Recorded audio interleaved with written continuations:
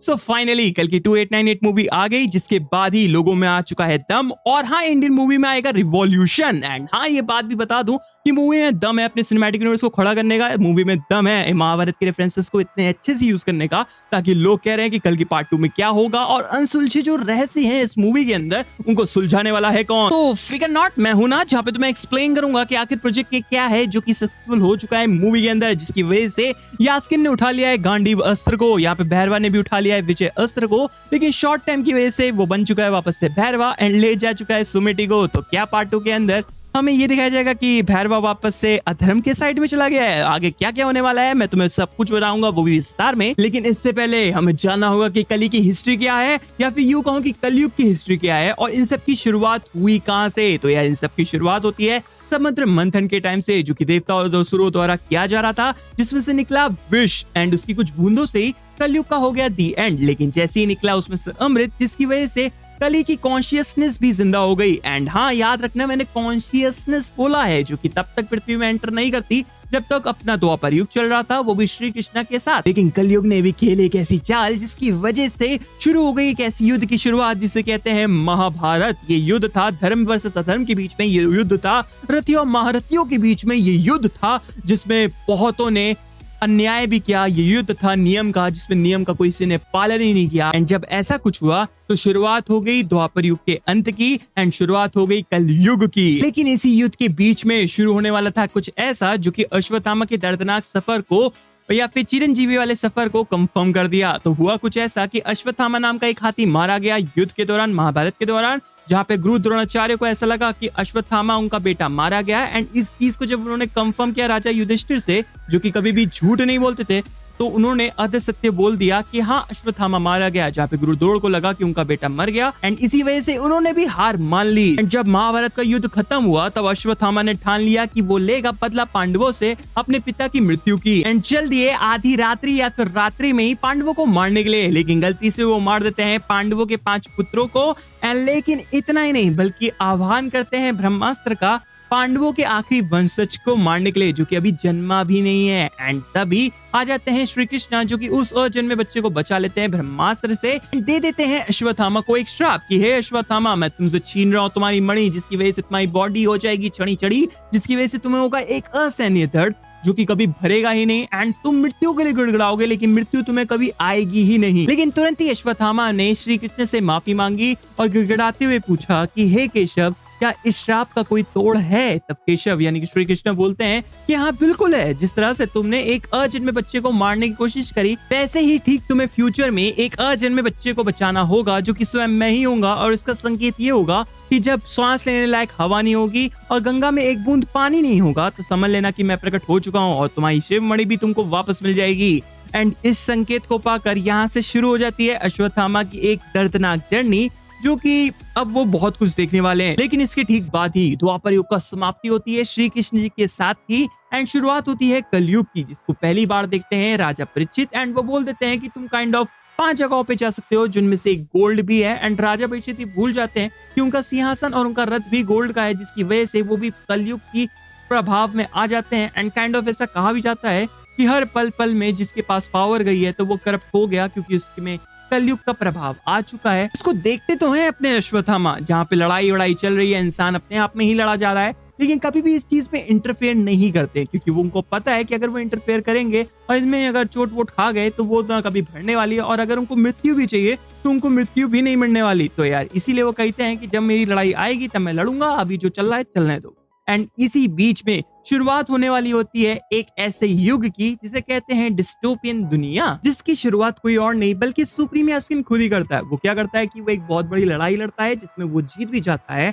And finally create करता है complex को और पृथ्वी से हर एक चीज को छीन लेता है। लेकिन यहीं पे आ जाता है क्वेश्चन कि आखिर वो ऐसा करता ही क्यों है। तो यार, यहीं से मेरी थ्योरी शुरू होती है, जिसके अकॉर्डिंग हमें कल के पार्ट 2 में ऐसा दिखाया जाएगा कि जो यास्किन है वो पहले एक अच्छा इंसान हुआ करता था एंड काइंड ऑफ एक स्पेसमैन भी हुआ करता था, लेकिन नफरत किया करता था वो भ्रष्टाचारी इंसानों से, जो कि नेचर को इनडायरेक्टली वे में नुकसान पहुंचाए जा रहे हैं। लेकिन ठीक इसी के बाद हमें दिखाया जाएगा कि यास्किन के साथ ऐसा कुछ हुआ था एक स्पेस मिशन के दौरान, जहाँ पे कलयुग की कॉन्शियसनेस समहाउ उसके अंदर घुस जाती है, जो कि उसे इन्फ्लुएंस करती है ये सब करने में। एंड फिर अब हमें रियल रीजन समझ में आता है कि कलयुग के प्रभाव में आने की वजह से यास्किन ने ये सब किया, जहाँ पे वो सोच रहा है कि एक नए युग की वो शुरुआत कर रहा है काइंड ऑफ भगवान बनकर, जहाँ पे यास्किन एक ऐसा युग चाहता है जिसमें इंसानों की इंसानियत जिंदा रहे, वो काइंड ऑफ नेचर का प्रोटेक्शन भी करे, भ्रष्टाचारी को बाय बाय कहे और हर पल सुखी रहे। लेकिन इन सब चीजों को पूरा करने के चक्कर में वो बन चुका है एक शैतान भी, क्योंकि उसने कई मासूमों को दे दी है एक ऐसी सजा जो उन्होंने कभी करी भी नहीं थी, जिसके कांड के प्रभाव की वजह से अब पृथ्वी में जितनी औरतें हैं वो प्रेग्नेंट हो नहीं सकती, अब कुछ औरतें हैं जो कि प्रेग्नेंट हो सकती हैं। एंड इसीलिए उसी के साइंटिस्ट उसको मारना भी चाहता था, लेकिन यहाँ पे यास्किन तो बोला है कि भाई मेरा एम्बिशियस तो लोगों की रक्षा ही करना है, इसलिए मैंने ये सब कांड किया है पगले आदमी, और उसको ले देता है चक्कू भोग। लेकिन कहानी का चक्कर कुछ ऐसा भी घूम रहा है जिसमें यास्किन अपने आप को भगवान तो समझता है, लेकिन उसके पास भगवानों वाली ताकत नहीं है, जिसकी वजह से ही उसने हिस्टोरियंस को रखा है और हिस्टोरियंस से पूछता भी है कि भैया मुझे भगवानों वाली ताकत कैसे मिलेगी, जरा बताना। तो जहाँ पे हिस्टोरियंस उससे बताते हैं कल की भगवान के बारे में, जहाँ पे यास्किन को लगता है कि यार ये तो मैं ही हूँ, मेरे बारे में ही बता रहा है, तो वो उस चीज को नजरअंदाज करते हुए इससे इतना बोलता है कि मुझे बताओ कि मुझे भगवानों वाली ताकत कैसे मिलेगी। जहाँ पे हिस्टोरियंस उसे ये बताते हैं कि जगन्नाथ टेम्पल में छुपा है कृष्ण जी का हार्ट, एंड अगर उसने उसे ले लिया तो वो बन जाएगा विष्णु भगवान एंड इजिली अपने युग को वो शुरुआत कर सकता है। जहाँ पे डायरेक्टली ही जैसे ही यास्किन उस हार्ट को लेने जाता है, यानी कि कंसीव करता है, तो वैसे ही वो हार्ट यास्किन को रिजेक्ट कर देता है, जहाँ पे यास्किन एक हदमारी हालत में चले जाता है एंड उसकी बॉडी पूरी तरह से बुरादा बन जाती है, उसके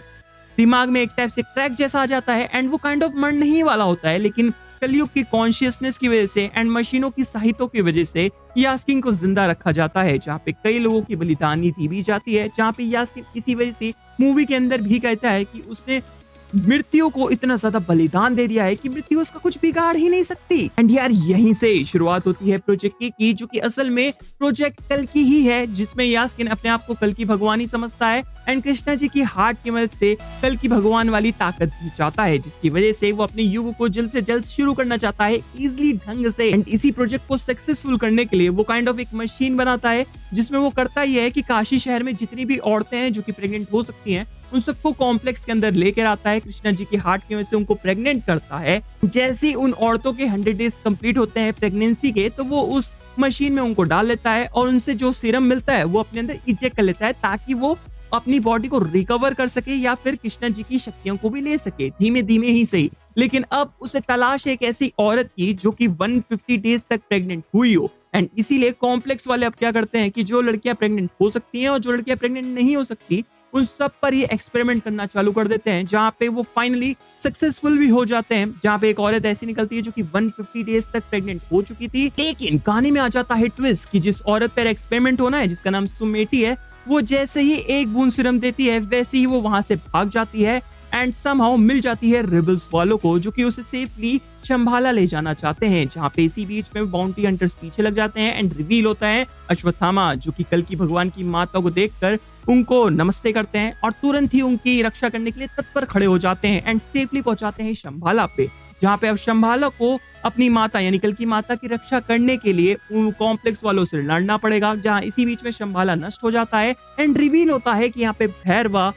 कर्ण है। लेकिन यहीं से शुरुआत होते हैं कई सारे प्रश्नों की, जिनमें से सबसे पहला क्वेश्चन ये है कि अश्वत्थामा ने क्यों नहीं पहचाना कि भैरवा ही कर्ण है, और अश्वत्थामा ने पूरी मूवी के अंदर ब्रह्मास्त्र का यूज क्यों नहीं किया बे। तो यार इसका बड़ा सिंपल ही आंसर देना चाहूंगा कि अगर तुमने मेरी पूरी वीडियो देखी है ध्यान से शुरुआत से, तो मैंने कृष्ण भगवान जी के श्राप को बताया है, एकदम एक्सप्लेन किया है ध्यान से कि उन्होंने अश्वत्थामा को क्या श्राप दिया है, जिसकी वजह से ही अश्वत्थामा की एक दर्दनाक जर्नी शुरू हो गई, जहाँ पे उन्होंने कलयुग को भी देखा, जिसकी वजह से वो और भी ज्यादा डिप्रेस में चले गए एंड इसी वजह से वो एक शांत जगह पे गए, तपस्या में लग गए एंड इतना ही याद रखा कि कैसे केशव आएंगे और जब वो आएंगे तो वो संकेत क्या क्या होंगे। एंड यार इसी वजह से अश्वत्थामा बैठ गए एक लंबी तपस्या में, जहाँ पे उनको दर्द तो हो रहा है कर्ज की वजह से, लेकिन वो सहे जा रहे हैं इस उम्मीद के साथ कि उनको जल्दी मिलेगी मुक्ति भगवान से। एंड जैसे ही मूवी के अंदर उनको संकेत मिलता है वो तुरंत लग जाते हैं अपने काम पर, अपने मुक्ति के मार्ग पर। लेकिन हमने ये भी देखा कि उनको अब शिव मणि मिल चुकी है, जिसकी वजह से ही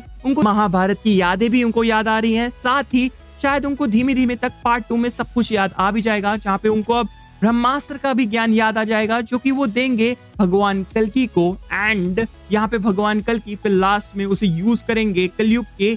खिलाफ। अब यहाँ पे आ जाता है कि वो भैरवा को भी क्यों नहीं पहचान पाए, तो तुम समझ ही रहे हो कि वो सब कुछ भूल भुला गए थे जहाँ पे उनको लेट से ही सही लेकिन अंततः उनको याद आ चुका है कि भैया भैरवा ही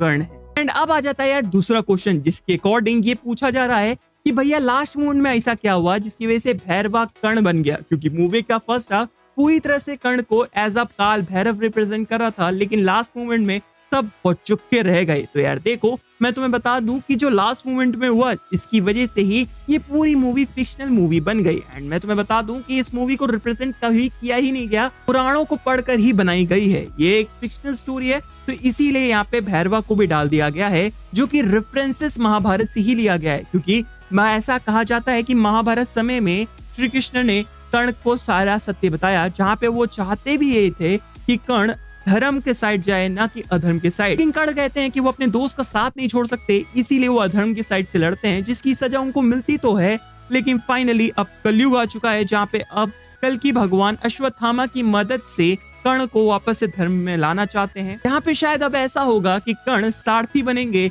भगवान कल्कि के। तो यार पार्ट 2 के अंदर हमें ऐसा कुछ दिखाया जाएगा जहाँ पे भैरवा सुमेटी को कभी कॉम्प्लेक्स में सौंपेगा ही नहीं, और जो भगवान कल्कि है उनको एज अपना बच्चा समझकर उनको पालने की कोशिश करेगा। जहाँ पे फिर अश्वत्थामा आएंगे, भैरवा को हर एक चीज बताएंगे, एंड फिर भैरवा को पता चलेगा कि वो कर्ण है। यार यहीं से हमें दूसरे चिरंजीवी को भी दिखाया जाएगा एक नए रियल्म की दुनिया के साथ, जहाँ इस पर हमला करने वाला है अपना गांडीवधारी सुप्रीम यास्किन। एंड यहाँ पे होगी जबरदस्त फाइट गांडीवधारी सुप्रीम यास्किन वर्सेस विजयधारी